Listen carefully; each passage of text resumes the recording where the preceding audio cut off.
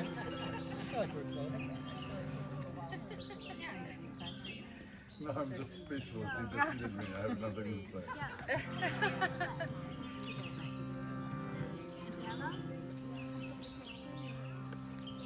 So, of course, today is Ask Us Anything Day. Everything you ever wanted to know about Krishna Bhakti, but you were afraid to ask. Maybe you weren't afraid. And our last morning with Gaura. Oh, And yeah. Prahlad. And Prahlad.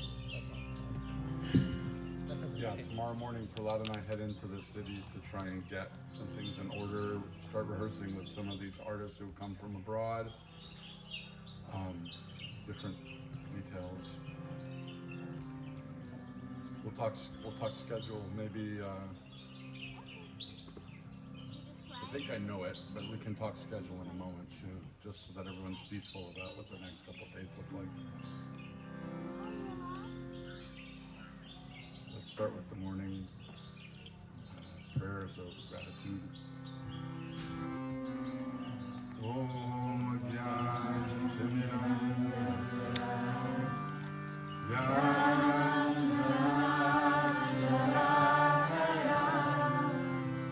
Jaya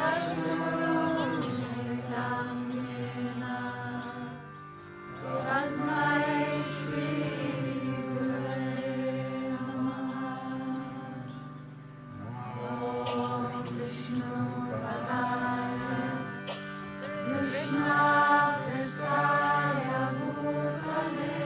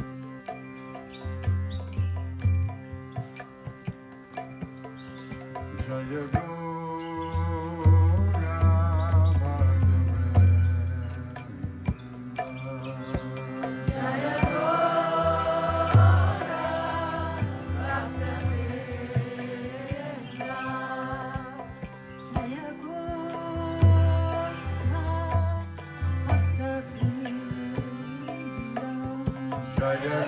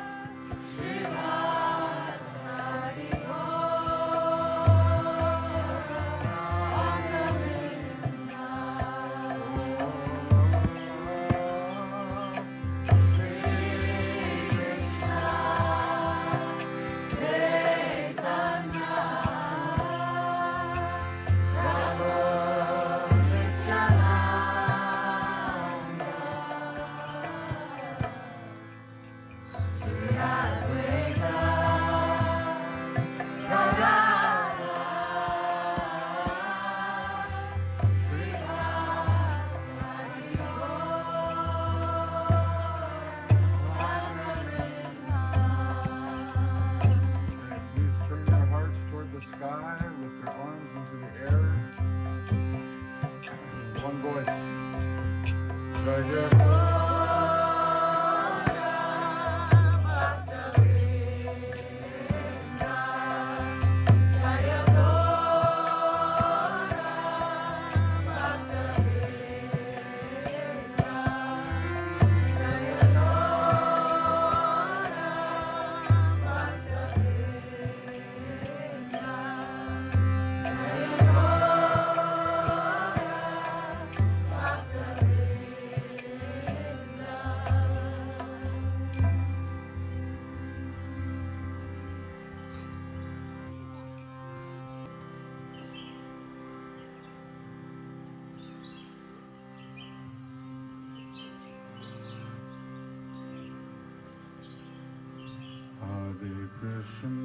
Hare Krishna,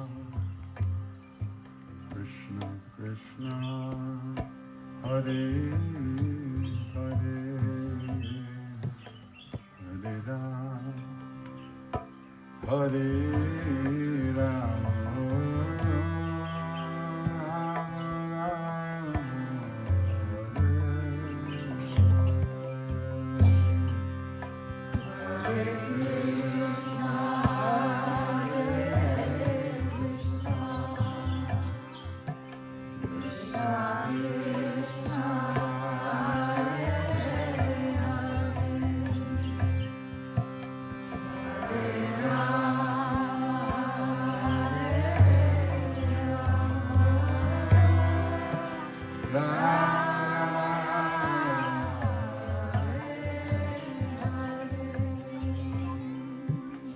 Hare Krishna, Hare Krishna, Krishna Krishna, Hare Hare,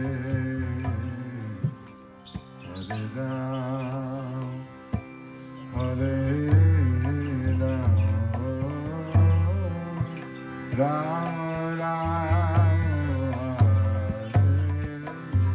Hare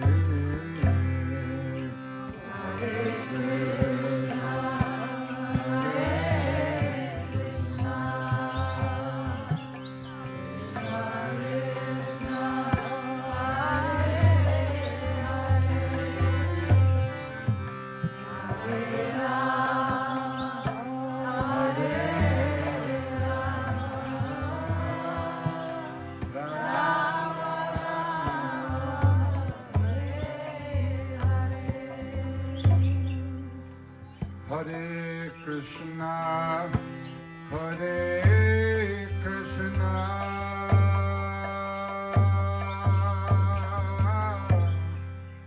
Krishna Krishna, Hare Hare, Hare Rama, Hare Rama,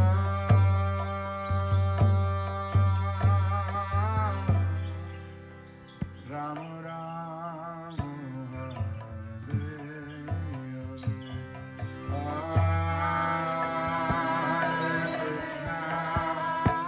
Hare Hare,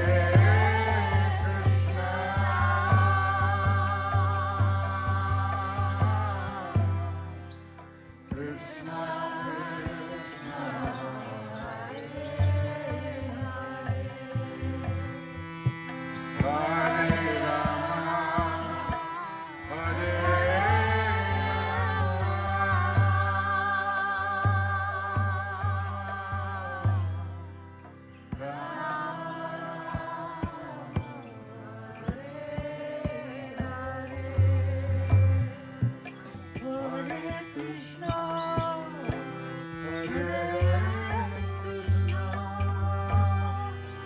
Krishna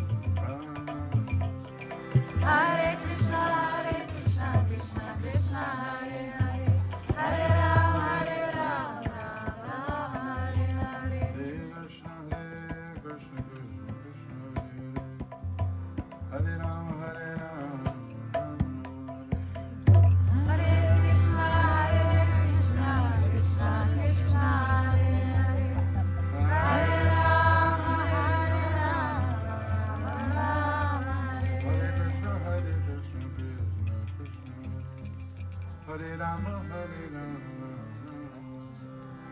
Hare Krishna, Krishna Krishna, Hare Hare.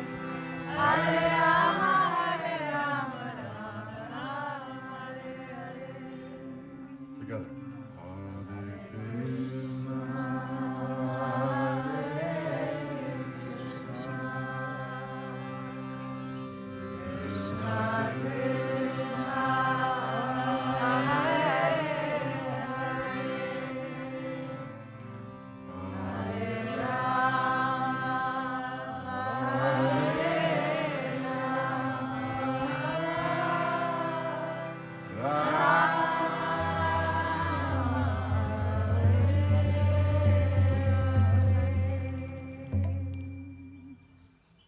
So, we wanted to, I was teasing Andrew on the way in here. I was like, I hope you bought your boxing gloves so that we can have like spiritual debates.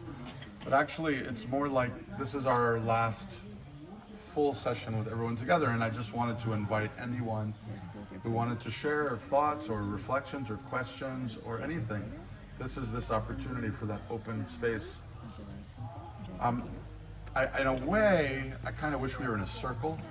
I don't know if you guys want to tilt in towards each other so that it's less of a lecture or something like that. You guys can just pivot, maybe we can all be kind of looking at each other, if you like.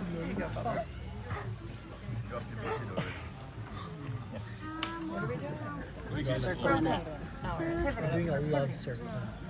People can come sit here also, like on our, How about sitting right in the middle? He was asked if we can go in Prabhupada's room when we're done. Mila, would you like to go to Prabhupada's room?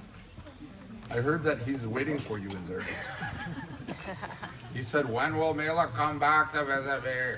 That's a really good impression. I need When to will Mila come back to visit me? That's actually Okay, Darvika, if you want to. Victorian has a One, question. two. Then So, Anita. yes, I have a question. So, in the Maha Mantra, we have Krishna and we have Rama. And Rama refers, correct me if I'm wrong, but to the feminine energy of Krishna. But when we say it fast, we say Ram, Ram, Ram, Ram. But Ram and Rama, are they the same or are they different? I'm a bit confused there. In the Maha Mantra, the Rama, if someone's on the path of Krishna Bhakti, the Rama refers to Radha Ramana, which means Krishna, who is the enjoyer of Radha. And some devotees who are devotees of Lord Ram might be thinking of Lord Ram when they chant the Maha Mantra, but mostly for us on this bhakti path, we're thinking of Krishna and Radha. Radha Raman means Krishna, who is the enjoyer of Radha. And then some people might be thinking of Balaram, but that's also, actually there's a nice story of, how much time do we have? Now you've got time. Okay, so there's a nice story. My mom got in trouble earlier. But now you take all the time. Gaura Vani told me I might get fired, so. I did not. If we don't see you tomorrow. This is a myth. We know you were cut. This is a myth, I want you all to know. And I don't use that word lightly. There's a nice story of Prabhupada's guru, Srila Bhakti Siddhanta Saraswati Thakur, and they were at Govardhan. He was there with some disciples, and the disciples came running to him, telling him about this king who was doing the Govardhan Parikram, like a very humble, simple man. He was a royal king, and here he is bowing down, doing this dandavat, flat like a stick, or circumambulating Govardhan Hill. And the disciples were so impressed by his humility, and they came to their guru, and Bhakti Siddhanta said, yes, but the difference between him and us is that we are worshiping Sri Radha. He is worshiping Krishna. So in this line, we are really worshippers of Sri Radha, and Radha's Krishna. So we are worshippers of the Divine Feminine first and foremost. But it's esoteric, you're not going to hear it in every street corner book distributor or Bhagavatam class in every temple. But that's what we're doing. And Puri, you want to say something? Just, you said Rama refers to the feminine.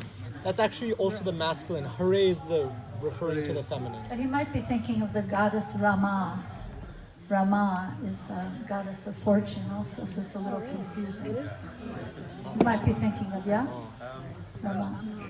Ram and Rama are the same person. Yes. Sanskrit, sometimes when you put accent on the, different place, the meaning can change. So Rama is a feminine aspect of.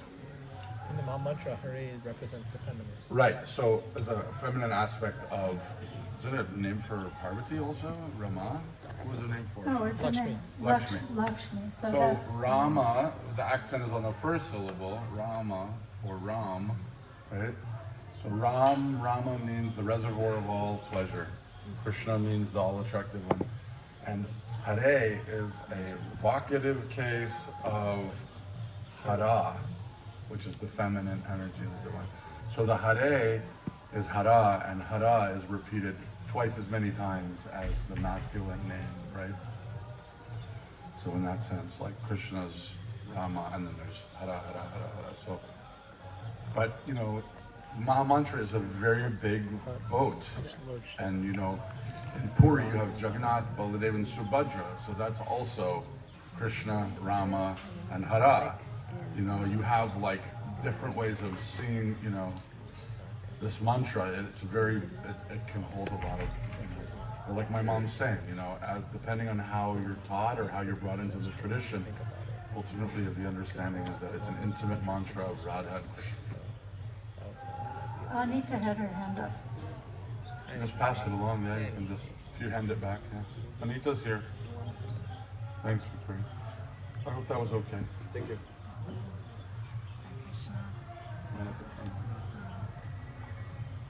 It's on its own. Okay. First, thank you so much. This has been an amazing retreat. Put the mic up. I really appreciate everyone's reflections, stories, telling us the Leelas. I was sharing with Gaura Vani today that I've always struggled with the Leelas, and I think it's part of just even my childhood. Keep the mic. Growing up, just trying to understand like Shakespeare. I've always thought of Bhakti, like the stories like Shakespeare. It's hard for me to grasp. So you really brought them to life, and I really appreciate that. My question is related to the deities. Growing up, I saw Krishna in like a bluish, like the rain cloud color that we talk about in my home. But we see them in different temples, in brass, and I know we have different elements that we can see our deities in. Maybe this is too detailed, but I'm wondering why are some forms in brass, some are a black shade, but sometimes they're in white marble, and the white marble I always get confused about, because that's not how I see Krishna. So this is a little detailed question, but I've never had anyone to explain that to me properly. Thank you. It just comes in different ways. Like Prahlad sees him as Giriraj, so he comes in different ways. Sometimes he comes in a white marble, sometimes he comes in black marble, sometimes he comes in brass, sometimes he comes in the form of a jewel, sometimes he comes in the form of a Giriraj. Sometimes in the villages of Braj, they make him out of cow dung. Is that a form, Saeed, you like cow dung, Krishna? It's actually, and they just make him on the ground. They'll just make a sculpture of Krishna, and you walk by, and there he is looking up at you. Speaking of deities, is that helpful at all? I don't know if it's helpful. Actually, there's many different traditional sacred elements that you can make Krishna out of. Yeah. Marble is considered to be a very precious and sacred. Shalagram. There's shalagram. There's ashtadhatu, which is 8 metals brought together to create this like a magical combination. There's granite. There's paintings. There's just so many. Personal preference when you're bringing it into. Yeah, or your own. It's very personal. Yeah. Yeah. I was thinking, that answer that Radhanath Swami gave to Kiran at breakfast, I think it went on to the chat, where we're asking if some people are having difficulty with this idea of deities. And so the question was, Kiran, help me with this, but, did you have difficulty when you transitioned from being a searcher, traveling all over India to, seeing these deities? Was it difficult for you? Because some people in our group are having some difficulty, so. What did Radhanath Swami say to you? Do you remember? Well, Yes. Well, It'll take 3 seconds. yeah.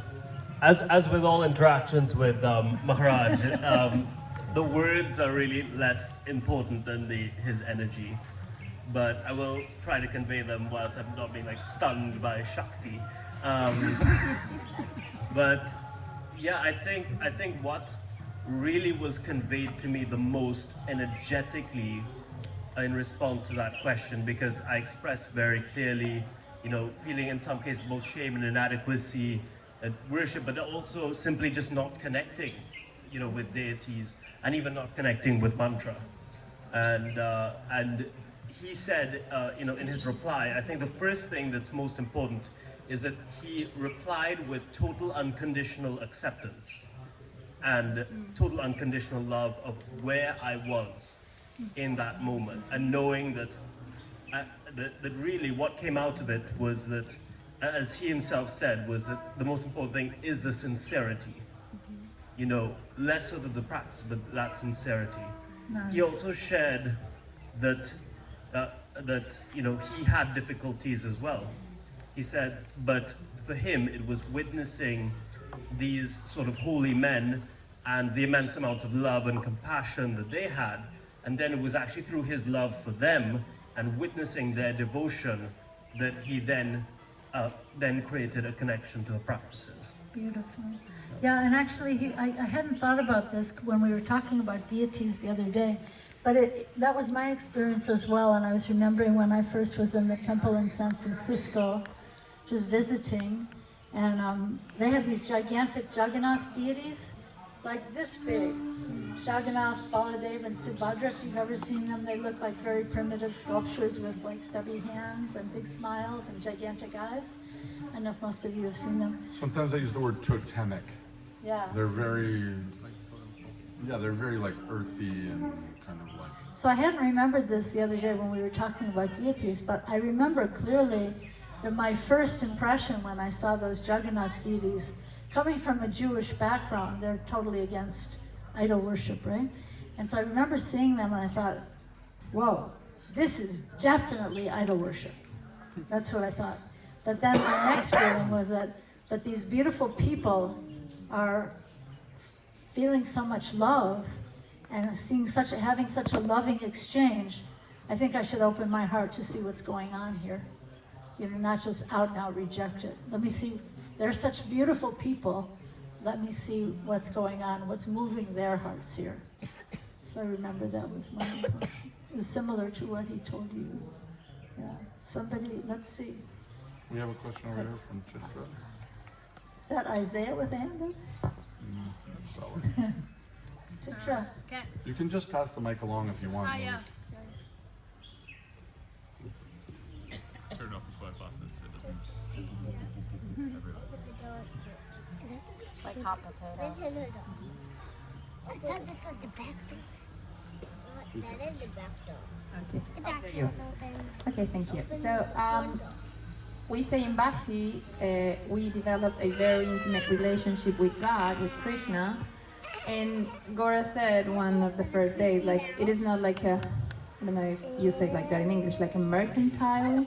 Yeah, like it's not that you come to Like a business transaction. Exactly, like please give me this and that and that and that. But yesterday we were worshiping, we were like honoring Giriraj, and we said, okay, he can grant you whatever you want, so they like get your wish list. So I know that, I mean, we are yeah, like the wishes we should ask for should be like spiritual. Anyway, like my mother was like, I'm gonna ask, we have this dog who lost his movement, so he's like going through a lot of suffering, and my mom was like, I'm gonna ask for Toby, like the dog. And I was like, yeah, you go. And then I was like, but then, is it like a mercantile relationship? Is it like, I don't know, you get me? Like, which are the wishes? What are the, yeah. There's a name for Krishna in New York City. Parkeshwar. The Lord of Parking, because basically devotees who live in New York are like, oh dear God, let me find a parking space, right? There's different ways of understanding this, and I think my understanding of Giriraj is that Prahlad actually spoke to it, but I didn't want to interrupt him to highlight this point, but I think it's a sweet and important point. In Vrindavan, there's only Krishna. Everything goes back to Krishna. So it's breaking the rules. The whole Giriraj thing breaks the rules. It's like everything comes from Krishna. So who else are you going to ask for anything that ever crosses your heart? Krishna. It's a very Vrindavan style approach.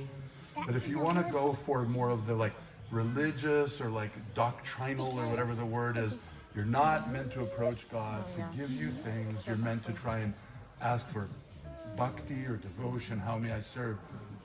But in the mood of the Brajbasis, it's just like, forget all of that. Krishna, please help my dog. He doesn't move. You know, like everything Krishna, Krishna, Krishna, Krishna.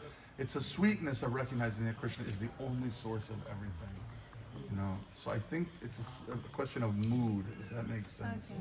And also, there are different levels of devotion, but within every prayer there is a request. And I think a good answer is also, we should not fake it and pretend like we're on some high level, like, I'm just praying for pure devotional service, but I have to figure this stuff out myself. Like, how am I going to get a job? My rent. No, go to Krishna.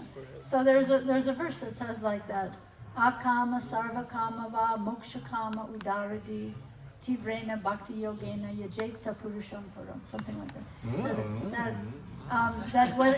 If you have all material desires, or if you desire liberation, or if you have no material desires, you go to Krishna. So I would answer that by saying, begin authentically where you are. Don't pretend like I'm up here, but then I have to finagle material energy because I'm not going to go to Krishna, I don't want to bother him. No, he's waiting for you to turn to him. So begin at the beginning, begin where you are. Don't pray for something up here. If I have no realization of what's here, let me pray for what's in front of me. But every prayer has a request. Thank you. Prahlad, you want to say something? Since you caused the trouble in the first place? Just building on what both of you said, I guess I'm in a place where I definitely have material desires, and I think it's more of this idea of offering everything to Krishna rather than only offering my very best to Krishna. I think it's more authentic to offer everything to the Lord. And so I have that. I think it's like when you have the relationship, again, like as Gaura said, it's based on love. Like when the Brajvasis are in danger, the people of Vrindavan, their first thing is, Krishna, save us, but it's not like a mechanical, it's just they have nothing else in their life besides Krishna. I think it's more of this idea of love. It's like the child with the parent. The child's like, can you give me this? Can you do this for me? But it's coming from a place of love, and the parent's not like, this child only takes from me and never like gives anything back. It's like it's coming from a place of love, and I don't think the child necessarily is thinking, it's just my cash cow. It's love. But I think where the relationship is, I think just like as Gaura said, if it's based around love, I would say offer everything to Krishna. But from an idea of, I have nowhere else to put this, I'm not going to figure it out myself. That's for sure. So. Yeah, I'm thinking of two things. Maharaj Prithu in the Srimad Bhagavatam, he says, he has a beautiful prayer. He says, look, we're like the kids. You're the dad. We don't know what's good for us. So I can ask for all kinds of things, but give me what's best for me, which is very beautiful. But also I remember the nice, what Radhanath Swami tells about his mom, that he went and picked a rose from her garden. It's her garden, it's her rose. And then he went and offered it to her. And she was so happy, He could have given her a diamond or gold, but she was more happy receiving this flower that he picked from her own garden. So that's bhakti. I just wanted to add to the same thing, what Prahlad said, is that it's not mercantile or transactional until your mom thought, if my dog gets better, I will offer a heap of rice. Then it becomes a bit transactional, because then you're trying to buy his blessings or lure him, right? If you're just a devotee and ask for his love and mercy, guide him, I wish I get a better job, then it's not transactional. He might give or he might not give. He might give her what's best for me, give me. But it's not like if you do this, if I get the job, I will say distribute clothes in the poor people, or I'll come with 56 different kind of dishes to offer you. That's where it gets transactional. Yeah. Karen. And Johnny. Oh, sorry, Ashley. Sorry. Do you have a Mike comment going or a back question? to Ashley, then Karen, then Johnny. Go ahead. I'm far too humble to take the microphone. Hare Krishna. I just wanted to say first that that this retreat has been like wildly amazing. I don't know, like it's far more transformational than I really expected, and and healing, and I'm so grateful for you. You're giving the mic for a second. Just check it out. Go for it, Isaiah. Do your thing, man. You got a mic in front of you, man. This is that moment you've been waiting for.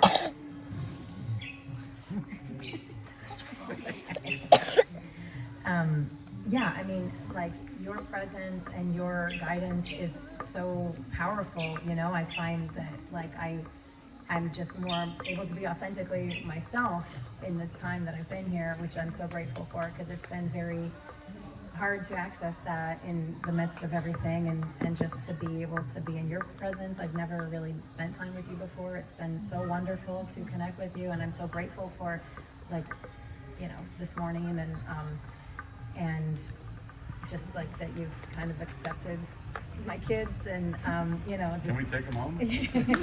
So please accept them. yeah, I'm just happy that it all worked out the way it did, despite everything.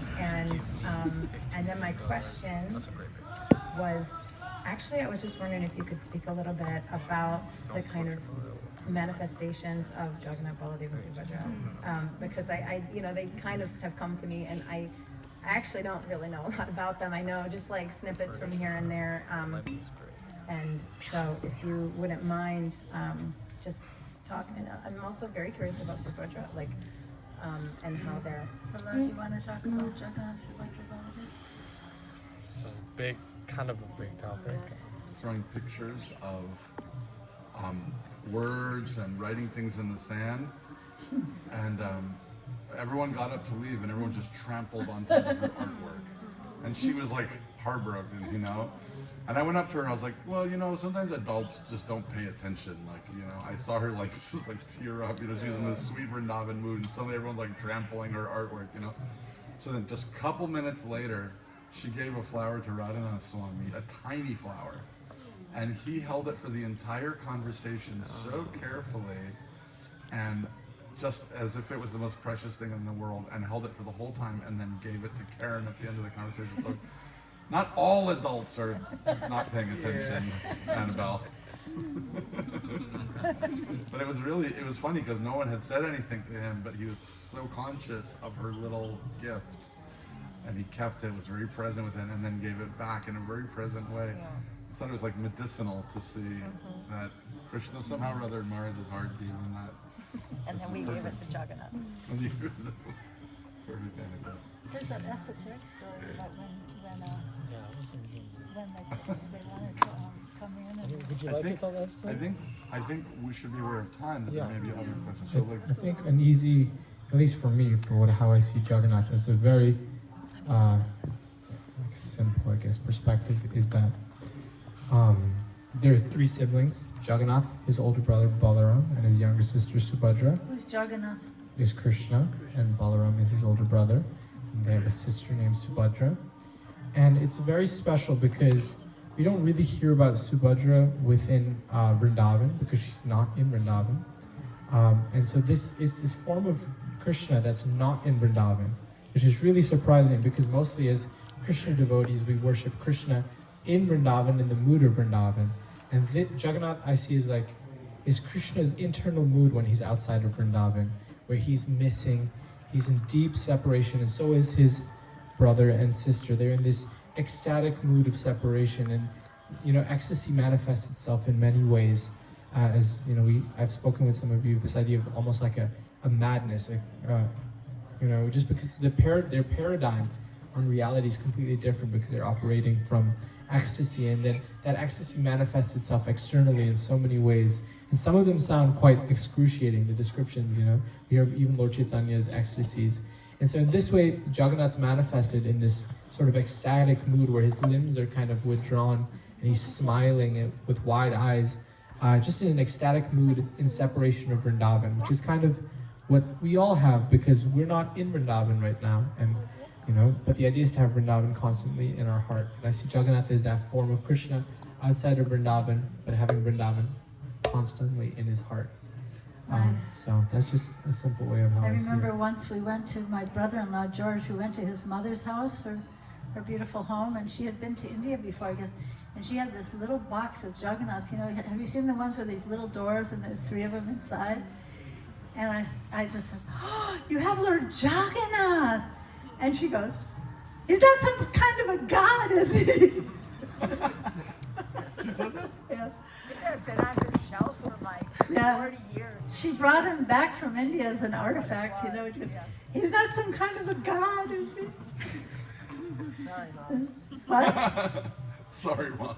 A mole in the house. A mole. But he's ecstatic.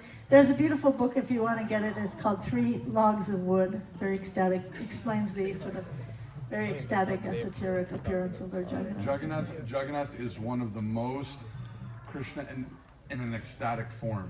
So it's a really like a thing to unpack. So if we could spend the rest of the morning just Jagannath, if that's what we got into. So we're cutting it short because we want you to explore and we're happy to help you explore, but this is probably not the best setting because it just will lead in a million directions. He's ecstatic. And I think folks I appreciate so much what you said about this retreat. I've also been having a wonderful time meeting friends, connecting, having deep, loving conversations, meaningful conversations, and the time we spent together, time in kirtan and all this stuff. Like, I really feel, I appreciate so much what Karen said. I feel it's been such a special time. And I'm hoping that part of what's going on today for me is that we're getting to share and hear from each other in that kind of mood. So thank you for those kind words. I'm trying to make sure that folks, Ashley, I just had a question. please. Okay. I'm just trying to make sure that we give everyone a chance to ask something. So Questions, I'm realizations, probably going to not go to the same people. complaints, Yeah. people Please who ask. haven't spoken, people that you're holding something in your heart and you don't want to ask. I just had an observation from Mila. She had last night we were in the room and she was like, because we have a beautiful picture of the deities, the main deities, Radha, Vrindavan, Vrindavan, Bihari, in our room. So I've been having darshan of them every morning and every night, which is so lovely. But Mila had this observation. She said, do they even like Radha?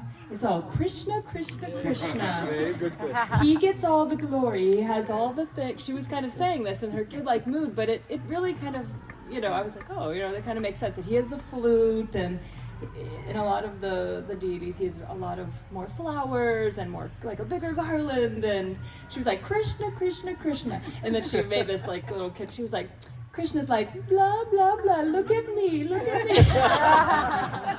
And I know that we have a lot of divine feminine Radha energy in our lineage here, but it does seem like Krishna is his name, and it's always Krishna, like he gets a lot of the, so I just wondered if you could speak to that, because I just thought it was such a beautiful observation she had. Me? Please, yeah. She keeps coming out with these beautiful things. Mila Sutras. Mila Sutras, yes. Well, you know who the greatest devotee of Radha is, right? Krishna. Yeah, so she's, we love her because she's always putting others forward, she's trying to introduce us to Krishna. She's standing a little bit. I have this one friend, I like to tell this story, this one friend of mine, she's from India, and she grew up singing these Meera bhajans, beautiful poetry of Mirabai, and it's all Krishna, Krishna, Krishna, the poetry of Mirabai, and there's no Radha. And so she kind of grew up thinking like, Radha, can you just kind of step aside? Krishna's mine, and what are you doing there next to him? And so she actually had this dream that Radha came in her dream and said, you know, you can stand next to Krishna. I can stand over there. It's okay. I want you to stand next to Krishna.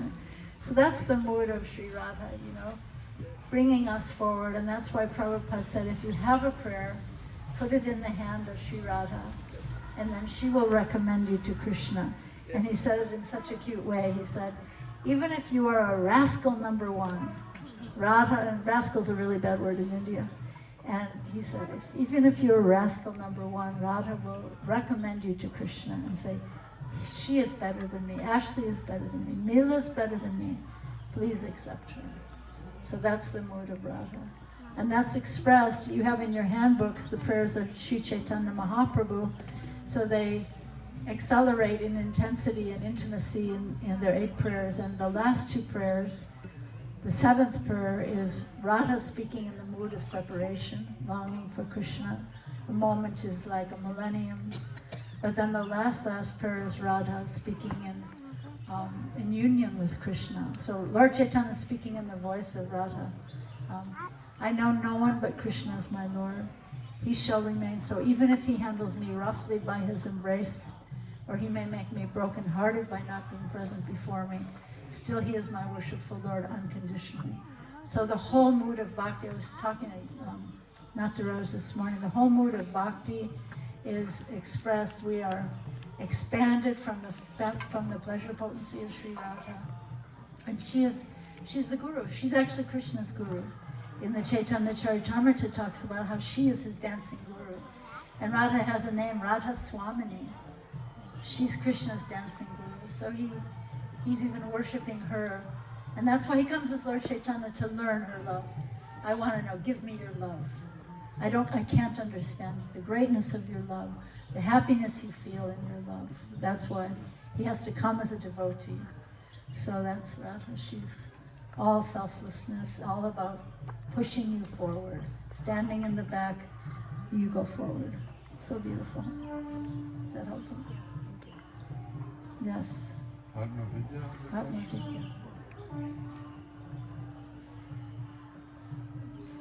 Thank you for this retreat. Actually, it's a share, a reflection more than a... Atma-vidya.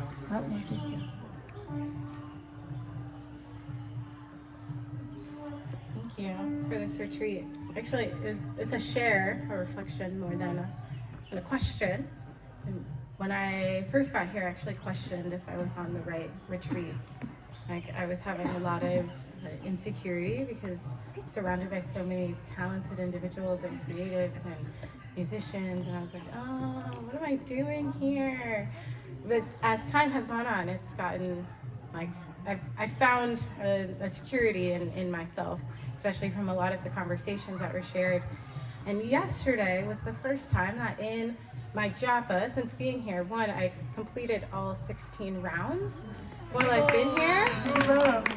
But then in that, it was the first time that I had actually heard the Maha Mantra as a conversation between myself and God. Like, we were actually conversing through my mantra, and I could feel it, and it became this whole bodily experience, soulful experience. Like, I was crying, I was laughing, I was smiling, I was dancing. And it was really, really wonderful to actually feel the power of the Maha Mantra, and it wasn't just this like cute song and dance that like feels great to jam to. It was really that sensation of when they're like, yes, you're dancing to the Maha Mantra because you truly feel the words of the Maha Mantra. Like, you feel it in your soul. You're not just moving for sense gratification. You're actually like embodying it. So it's really wonderful. And so I thank you too, and your whole team, for curating and holding space, and everyone else here for also holding space, because it's through my interactions with each and every one of you in all of the various ways that I was able to have that time last night. Beautiful. Thank you so much. We're all trying to get to that place. So thank you so much.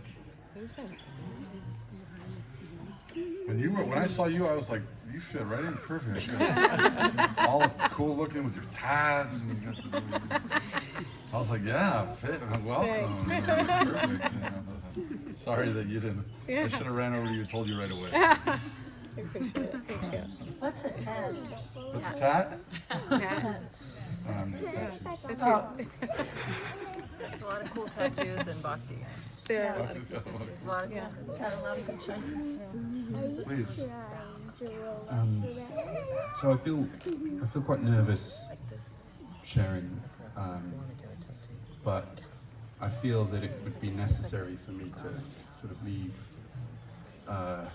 having shared the full depth of what's in my heart. So this could take, I could go an hour long to try and, so I'll try and distill this as clearly as I can. But I mean, but just to preface it, this is with the deepest sincerity of a questioning seeker that I'm asking this. There is no challenge here. It's a true question. So I think the place I'll start is similar to what Karen at the video was saying. I think I've made more spiritual progress in the last week and a half than I have in the last 10 years. And I think, and for that I will be eternally grateful to you, Gaura, to everyone for cultivating this. I have felt stuck for a while spiritually, even though I have a very deep spiritual faith. And being here has cracked that open, and I think the thing that has happened is, more than any of the individuals or the things we've been discussing, is the energy here. It's the energy of love is very palpable. And a lot of that is, obviously, Raghunath Maharaj's energy here, but it's the community as well. So thank you from the depths of my heart. The last remaining dissonance in my heart these last couple of weeks, and I had a beautiful conversation with Ankit and Sanjeev this morning, but the last remaining dissonance is the positivity of what I witness here is undisputable. There is absolutely nothing that needs to be argued with about what I have experienced, and that's beautiful. I have, over the last couple of days, and probably since I got here, had a degree of, I would say, cognitive dissonance, but it's more spiritual dissonance, because that is indisputable. But when I came here with the knowledge of, frankly, in the UK, the Hare Krishna movement, at least in the people that I grew up around, has a pretty bad reputation. It has a reputation for being dogmatic, exclusionary, people needing to be deprogrammed. There are documentaries about this, and this is what I knew of the movement. So, but I came here with as open of a heart, largely because I trust Andrew, as I could, and I'm really, really grateful that I did. One of the things that I have been grappling with this whole time is my own spiritual pride, and I have been trying to let go of that as much as I can to listen truly to what is going on here. The last remaining dissonance I have, though, is, in any spiritual movement, there is beauty and truth, and there is corruption of that truth. And there is our own spiritual pride that comes into it, and I don't know the movement well enough to be able to speak to all of the facts of what may have happened, and this is not the only spiritual movement that there is corruption and scandal in, of course. But I guess my question is, what is the approach within this movement for self-criticism, and not criticism, but for truly with a true heart seeking to understand its own downside, the ways that things may go wrong, because that is the dissonance that I am grappling with internally. The truth of what I have here, but also there have been elements of nothing specific this week, but there have been moments where I felt, kind of evangelized into particular things around dogmas or whatever. And I guess when you take that to the extreme, that can be quite dangerous. And so, I don't know what to make of that, but I thought it was necessary to share, and I would be really grateful to have any discussions with anyone that would like to discuss it, because it's fundamental to me in this. So thank you. are we gonna play with? I appreciate so much. Thank you. Yeah, what a beautiful. Oh, thank you. Thank you, Johnny. I think part of what we're all responding to is Looking for other. I think a part of what we're all responding to is we all have the same experience that each of us, whether we're officially part of a group or society or whatever, we are on our own individual spiritual journey. And one of the first things that I shared with Andrew and Kieran when I started reading some shared stuff that we were looking at is how interesting it was seeing my own heart, that I have areas of very high vibration and areas of very low vibration in the same being. I'm me, and I'm seeing some parts of myself that are like, wow, I really have a ton of work to do, and other parts of myself that I'm really, oh wow, I've really made a lot of progress. And I think what we're all responding to and hearing you is how you're articulating this, that I would venture to say all of us as individual people have the same feeling, I've had friends who I've considered very, very close friends, and then all of a sudden I start to notice like slippage in our relationship, and like I've even tried to hang on, and it's just drifting, and I'm like, it feels bad sometimes, people that I've grown up with, raised kids with, and it's just like I'm like, wow, like I don't even know how to build a bridge anymore to where they are, to where I am. It happens in, I'm just saying structures. It happens in family structures. It happens in religious structures.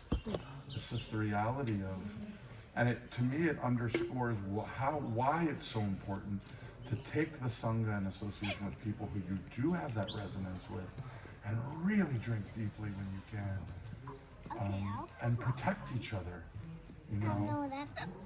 I mean, I don't. There's no human structure. Prabhupada's guru, Bhaktisiddhanta, who's the one who inspired young Prabhupada to take this whole life mission, he said institution is a necessary evil. I mean, using the word evil is a pretty strong word. You don't say like a necessary difficulty. He said necessary evil. He actually saw that institution was like an inherently... He said in one place that institutions have a tendency to block the flow of love in individuals. So... And there's dynamism inside any sort of human construct, and I think to see that in its best way, whoever's cushions these are, just make sure you're aware, because these things might pop and your $50 cushion might go away. Don't worry, Sanjeev will pay for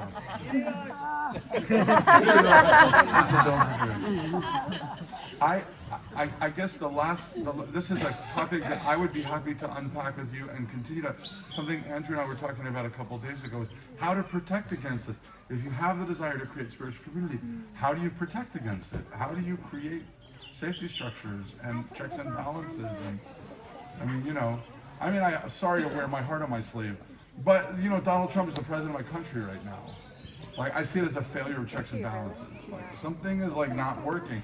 And I'm sorry, we don't have to talk politics, but I'm just making a point. It's not just in religious organizations.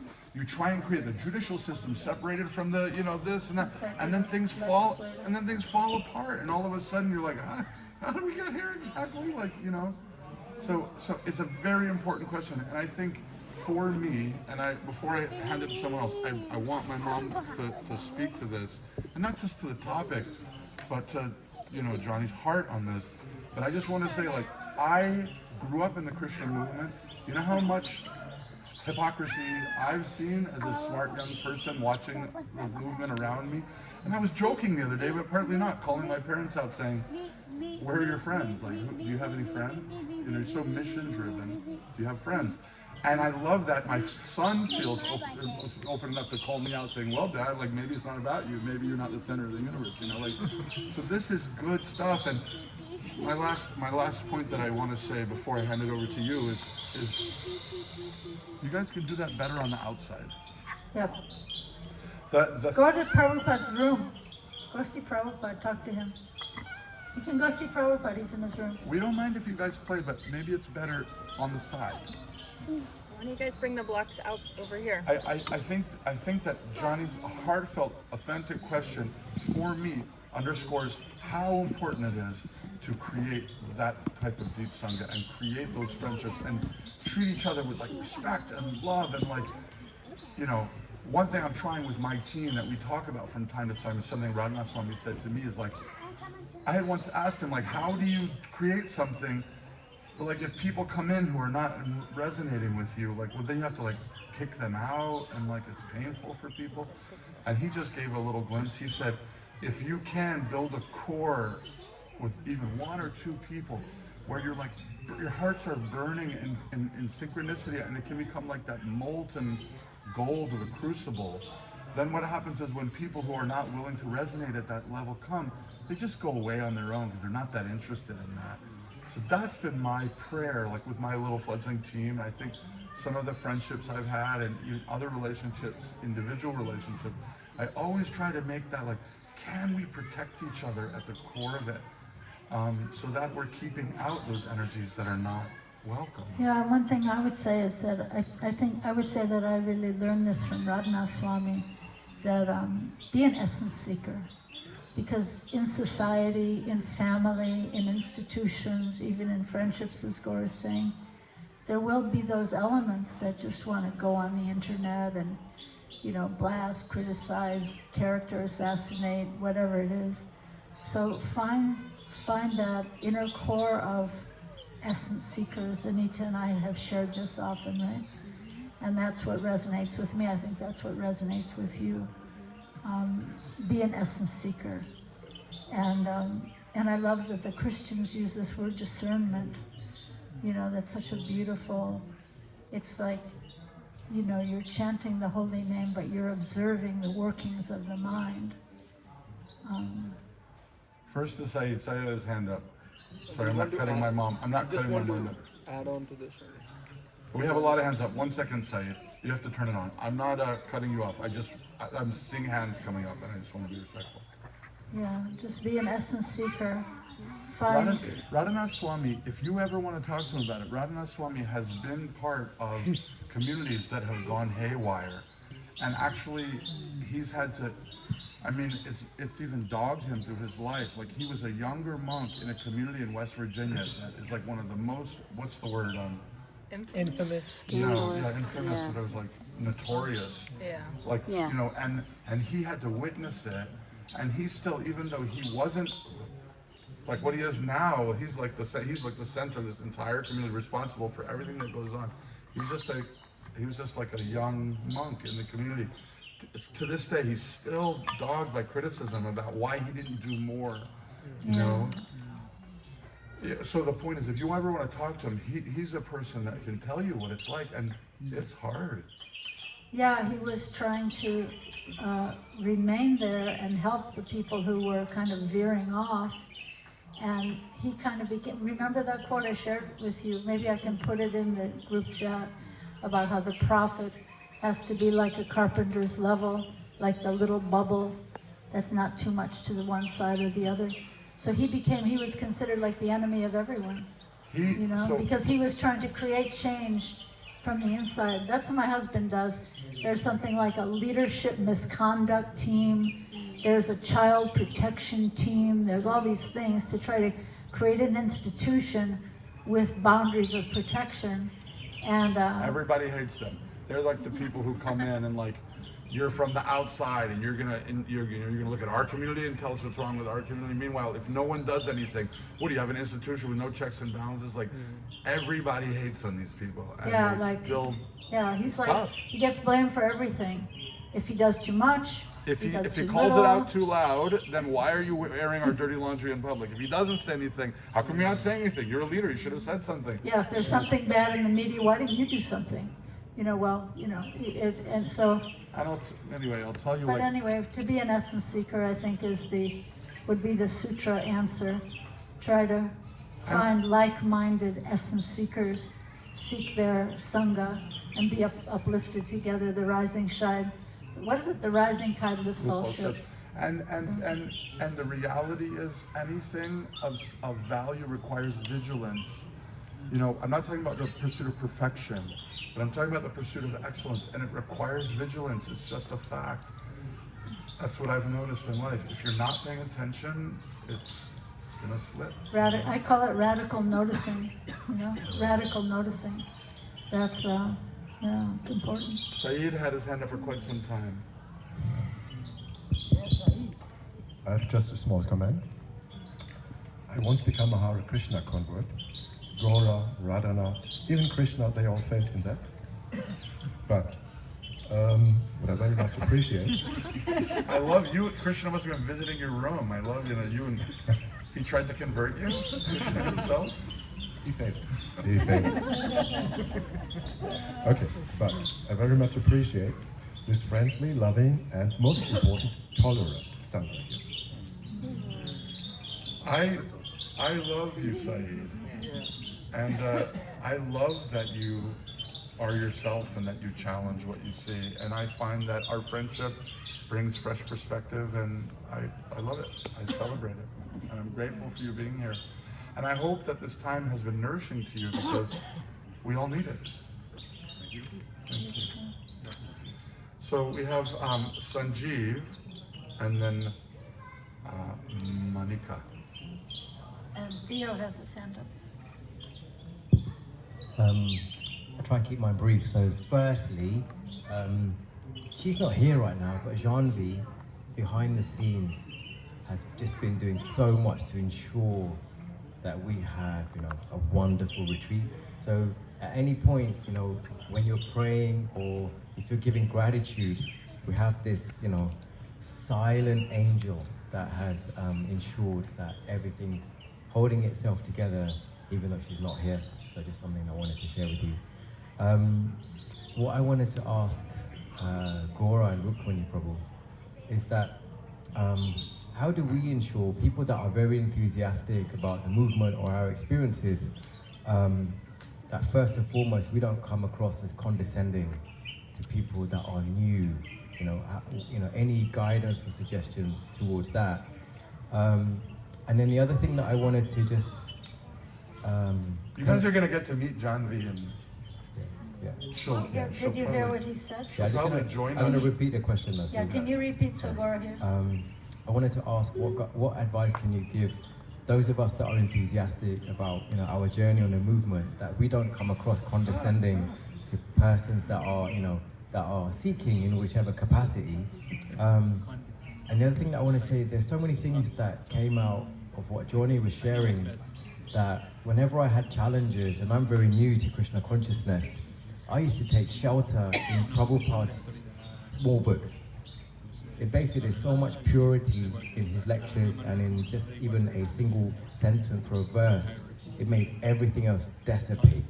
Like, and then I started to realize, like, why am I forming these judgments? You know, everything's either institutionalized or organizationalized, you know, even if that's a word. So anyway, that's what I just, that's a question and then some thoughts. Hare Krishna. Hare Krishna. Hare Krishna. You want to respond to that? I was raised by fanatics. Not just my mom. I mean, like, I was, you know. In fact, I'll share very briefly. This gentleman, Shrutakirti Prabhu, was here. He used to be Prabhupada's secretary. He wrote a book called "What is the Difficulty?" And if you ever want a book about Prabhupada's sweetness, it's got really wild stories. Really wild stories. Any of you get this book, What is the Difficulty? At some point I know you're going to be ready and be like, I can't believe what I just read about Srila Prabhupada, you know? Because he had such a sweet heart. Prabhupada, his relation with Prabhupada was so sweet. But we weren't raised that way. We were raised kind of like afraid of Prabhupada. That Prabhupada was like looking at us like a bunch of rascals. Even if we were rascals, it's fine. But it took me actually until just in the last 5 years for me to mend my own relationship with Srila Prabhupada, because it was just like, he was being used like a cudgel, you know? And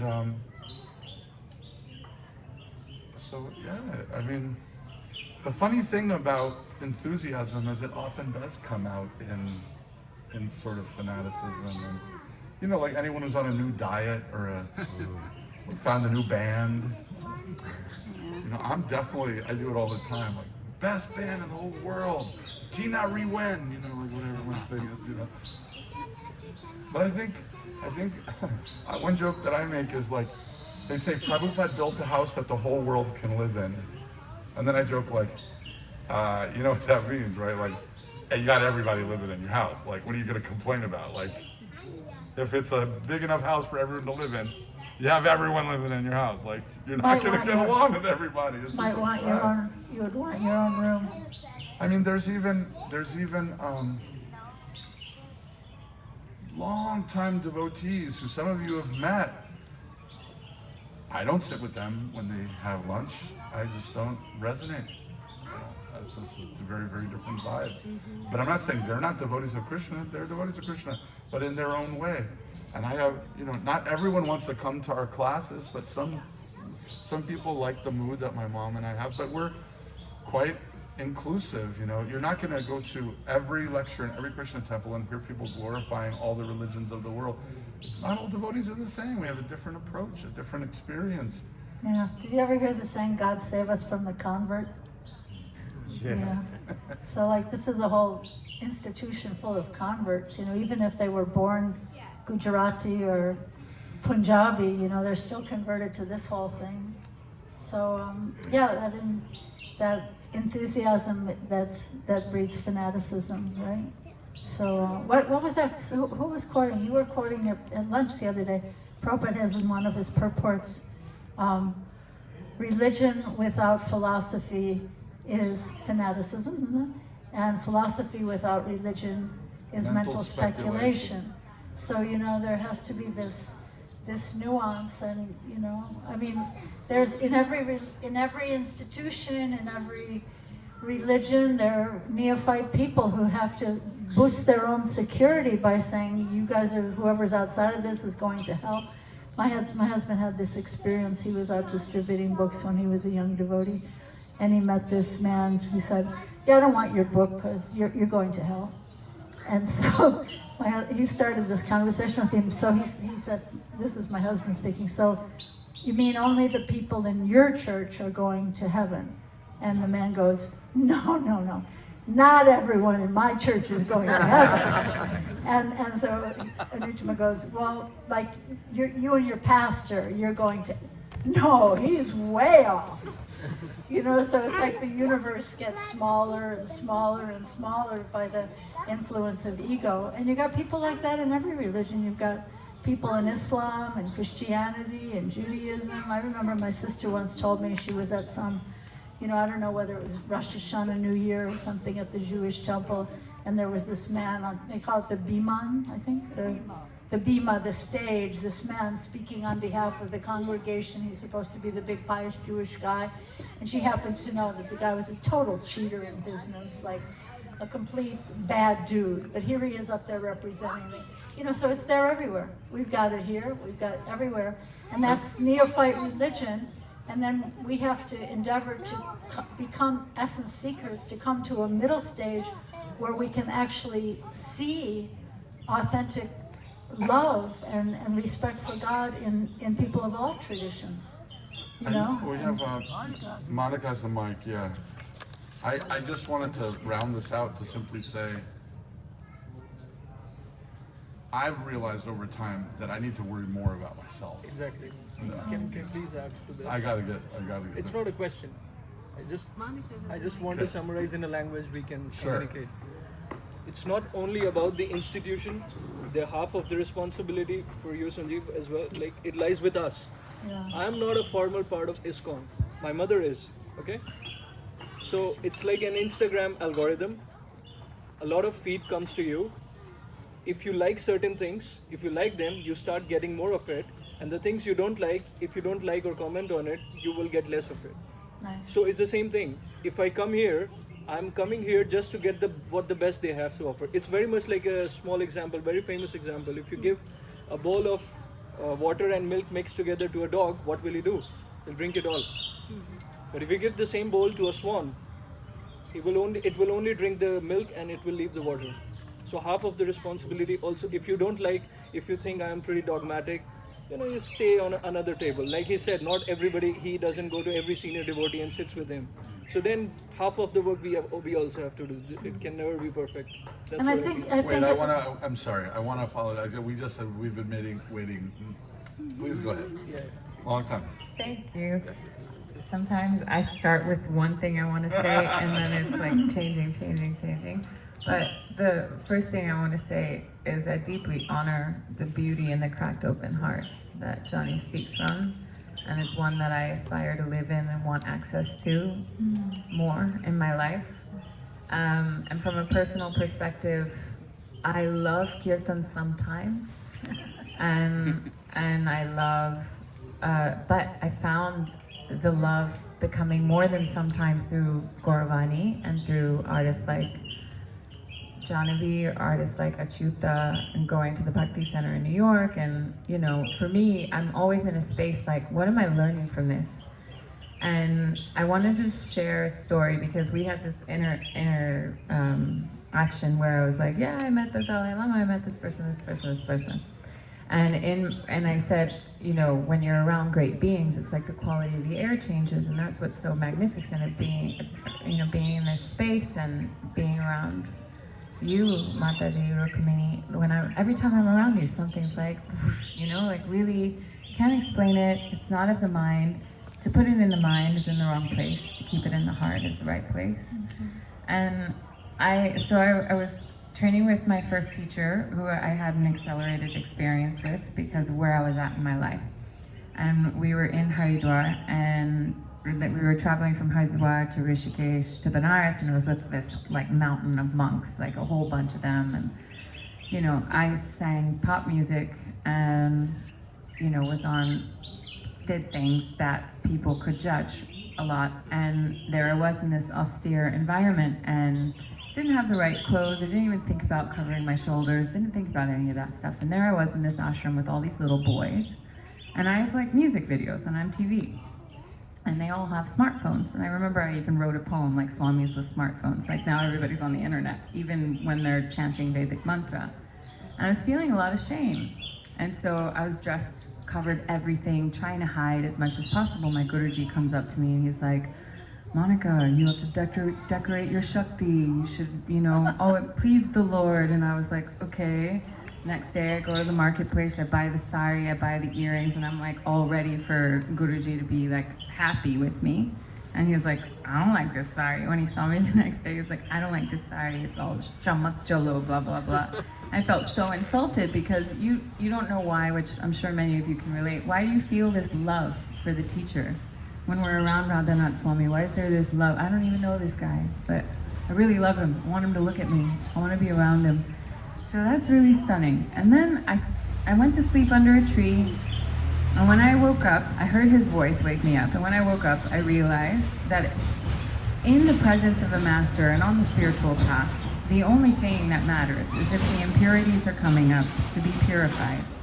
They don't care about ideas of right or wrong. And often in Sangha and in community, there's, in fact, I'm here at least to say from personal experience, it's not all rainbows, and it's really crunchy and uncomfortable. And sometimes there are like little arguments and fights and weird jealousies, and the institution fails. I fell out of grace with my Guruji, and that was really painful. It was like a divorce in my life to fall out of grace with my Guru.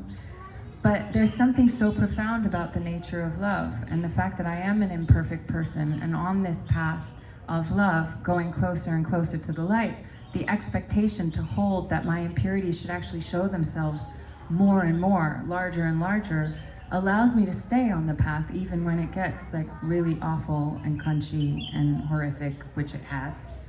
And so my realization around the sari and the jewelry is God doesn't care, what I'm doing. What he cares about is that I'm really expressing my truth and myself, what I feel, honestly. And I wasn't doing that. I was doing whatever I thought would please or hide the external world. So I think that I'm done, but that was mostly what I was thinking about when everybody was talking. And I really want to thank you, Gaura Vani, because I think that you play a really keystone role in this thing that's happening, because the timelines are so vast. We don't know why, in some ways, the practices have corrupted. I've lived in India for 20 years, and then they moved to the US, and what's going to happen 50 years or 100 years from now? Krishna knows, consciousness knows, and it's moving there, and you know, the delineations of years and days and, you know, months are not the same in the cosmic realms, right? Like, things are happening in like just a breath. They say Brahman takes one breath and it's like 3,000 years here on the planet. And so from that perspective, all that matters is that we're evolving, that we're becoming more and more embodied love and dropping everything that doesn't matter. And I feel that through your sound, Gaura Vani. I feel that through your music, and I see you bring that light to temples here in India, and I see you bring that light to everyone, from somebody who lives in Maharashtra in a village to people like us who live all over the world, and I bow my head to that, and I'm very grateful. Thank you so much, and I feel like this is so much an answer to what Sanjeev was saying, because, you know, we have to be vigilant, and it's a prayer. You know, we want our hearts to become, through the holy name, we want our hearts to become like molten lava, you know, like on fire, like molten lava. But we see people everywhere in institutions, outside of institutions, whose hearts have become stone cold, like cold, hard rock. And so to me, it's a prayer. You know, how do we do that? How do we be vigilant? How do we keep that little flame alive? You know, what was that song Bill and Denise were singing? Let my little light shine. Right? This little light of mine. This little light of mine. I'm gonna. That was. They used to sing that in the American Civil Rights Movement when they were people were putting vicious dogs on them, and they would sing that, go limp, and sing that when they're going off to jail.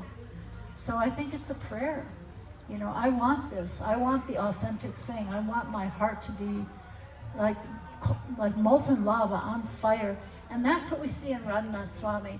When he's not in a hurry and he can walk through the prasadam when we're all sitting at our tables, you know, you just feel like you've been touched by fire. You feel like you've been touched by something authentic.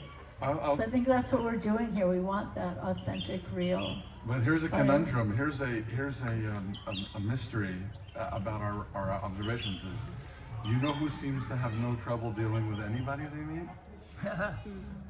Radhanath Swami. Like, you know, I'm like hiding, trying to just take the, you know, but he's somehow or other he's able to talk with anybody. So I guess I'm bringing that up to say that we have work to do, and to hold that space for someone who is or isn't resonating in the, you know, that's part of the process I think we're going towards. And I think great teachers want that for us too, you know. I think he's worked very hard over the years to be that prophet, to be, you know, like creating change from the inside, not being so much a critic on the outside, not being a yes man, you know, on the inside, but just being in that liminal space of creating change and honoring all voices. And that's why everyone loves him. That's what they said about the 6 Goswamis. They were dear to the saintly people and the ruffians and the criminals, and everyone loved him, you know. So before I get Theo to speak, it's already lunchtime. Just letting everybody know. This is your retreat. This is your time. I'm happy to just hold space for this and go later for lunch, and others can go earlier. But what I would like to do is I would like to hear from Theo, and then I would like to just at least pause after that for a moment to celebrate Bill's birthday.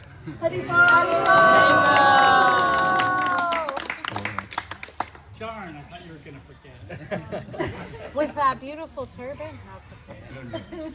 All right, so please, Theo. Theo, who was named to love God. Don't you wish your name was Theo? Lover of God. No pressure. That's what my name kind of means also. I have two small questions. Might be a good way to start wrapping up. But hold it Okay. up like that. Yeah, I have two questions. One is, Gaura Vani just got stung by a bee and he's just taking it like a complete champ. So if anyone has any recommendations. And second, I find that being my third time here, coming home after leaving the bubble of GV. Can you speak louder? Yes. Hold it up like this. Okay. I find that leaving GV is a journey. And I really wanted to bring up the idea of integration as we're wrapping up this session, because I've been in the journey for, I guess, 7 years. But I find that every time I come here, I'm reminded that this journey is really not linear. And that I've gone to places where I've never felt I could with Krishna. And I've gone to the dark places as well, where I've really longed for Krishna. And I'm coming out of one of the dark spots where I feel like I was a bit numb. So first of all, just thank you so much for enlivening that force again in my life. And yeah, I just wanted to hear from your journey, you know, from Rukmini's journey, who's been in the path since she was 16. And what you've seen in devotees' lives, and how to maintain, and how to reawaken, and how to reintegrate. Because when we leave here, even when we go to Mumbai, it's already like a shock in the stomach, you know, and we feel it. And for those who haven't been there yet, from GV, it starts there, right? The journey really starts the day we leave the gate. Taking it home, bringing it all back home, right? Yeah, so that's my question. It's an open question, just to bring in this mood of integration so that we can carry forth some knowledge and some tips. Beautiful. I think it's a conversation with Krishna in your heart to let him know, because as I was saying the other day, Krishna's just waiting to hear from you, from me. He's sitting in our hearts as we travel through so many bodies, believe it or not. And you may have been a demigod, you may have been a dog, you may have been this or that, but he's riding with us. And he's waiting for us to turn to him. So if we don't turn to him, he's kind of silent. He's like a silent partner, but he's waiting for us to turn to him. So as we leave, or as we come, as we're in the middle, say, Krishna, this is what I want. I want you, I want love. I don't want to be sidetracked by all the craziness of Mumbai or New York, or, you know, I don't want to be sideswiped by my old friends. I don't want to go back to who I was before. I want to go forward in loving you. And then he will co-create with you that new reality, if he sees that you want it. So that's a prayer. To me, it's a prayer. You know, we talk a lot about gurus. The real guru is Chaitya Guru inside, who's always there waiting for you to turn and advise you. So you have to, I have to vocalize, this is what I want. I don't want, you know, 100 more gorgeous material things that I can find in Mumbai or New York or whatever it is. I don't want the prestige, I don't want the distinction, I don't, you know, whatever it is you want, tell him and cry for it. Because if we're complacent and we're sleeping, then he'll like, all right, you know, let him sleep. You know, no pressure, no pressure. But if we want it, then we have to, like, you know, chanting is not supposed to be chanting, it's supposed to be crying. This is the crying school. You know, bhakti is a school for crying, for cracking open the heart. And if we're not doing that, we're not really getting it. You know, so, but you know, what are you crying for? You know, what do you want? What do I want? And then we have to let him know, and always let him know. Keep telling him, keep telling yourself, and keep telling him, and telling your old friends. You know, love you guys, but I'm just not there anymore. If you want to hang out with me, you gotta come to GUV. We all have a mango coffee. That's why we're here. Along those lines, I just want to publicly say, because, you know, you guys, me and my mom, mother-son relationship, but I really want to recognize how hard my mom worked to bring us all together. Many of you I have relationships with, but my mom, in many cases, my mom was the one who said, no, you have to come, and made it happen. So a huge part of all of us being here, just even practically, is my mom's enthusiasm and encouragement, one. Number two, you know, I'm playing the role of like the organizer, and my mom has been so humble in dealing with all of my nonsense. I even like chastised her this morning because she just wanted to hang out with Radhanath Swami, and I'm like, we have 47 people who are waiting for the thing, and I get all upset at her, you know. But she's been so patient, so kind, dealing with me patiently. And I just want you all to know, you know, Monica's saying kind things, Karen's saying kind things, so many people about me, but I have to say, there's a little bit of a trapeze with a safety net with my mom here, because my mom has the depth of the spiritual practice. My mom is doing the hard work, has done the hard work, continues to do the hard work. So I can play the role of the joker and the, like, you know, stand-up comic, but my mom is here actually holding, even when she's not speaking, she's holding this spiritual depth for us. And it's what makes this retreat actually something more than just a diversion. So I really want to express gratitude to my mom for being the heart and the soul of this. Thank you. And he told me I'm the boss here, and if you goof off, you're fired. That's not what if you want me to tell what happened, I will tell what happened. I don't think you want me to tell it what happened, actually. I did not. Gaura I Vani's did not magic. threaten to fry my mom. Who said it? Gaura Vani. Who was it? Was it Andrew said? One of you guys said, if love could have hands and legs and walk around, that would be Gaura Vani. Who said that? Who said that? I take credit for that. If love could have hands and legs and go walking around the world, it would look like Gaura Vani. Very kind. Talk to my wife. She'll tell you the other She'll tell you how it side. really is.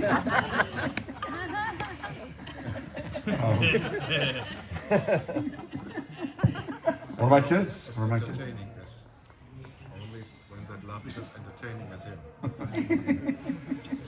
Thank you all so much. This has been magic. So, Every one of you, we feel magic. So thank you know, you. we obviously could go on, and there's much more that can be said and spoken about.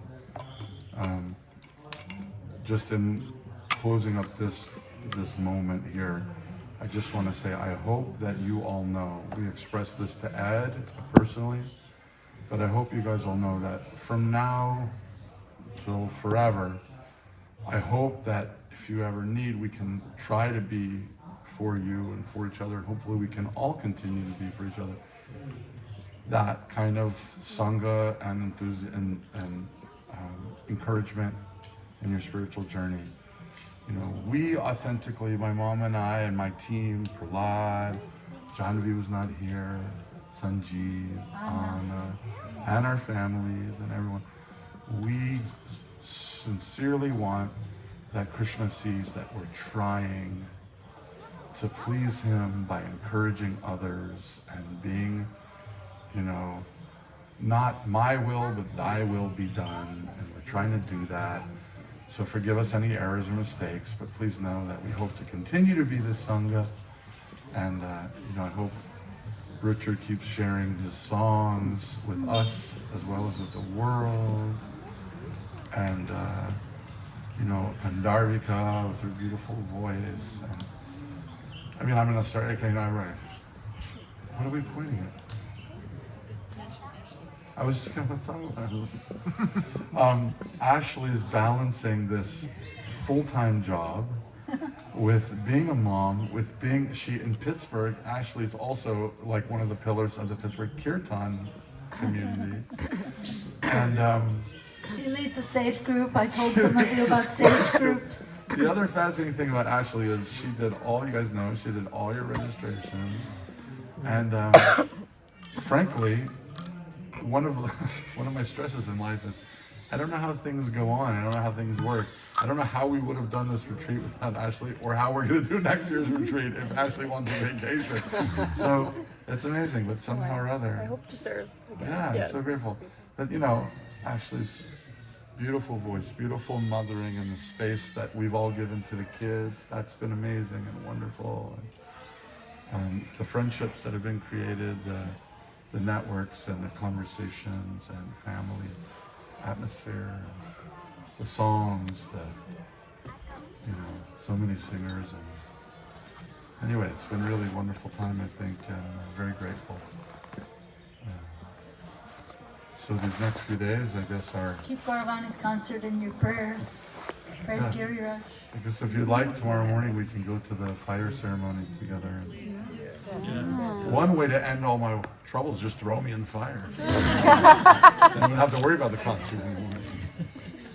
Krishna would throw you back. I don't want this. Not yet. Take him back. No, we need to go back. Not done yet. Are you nervous? So, Anna, Devi, and Sanjeev, thank you, and thank you.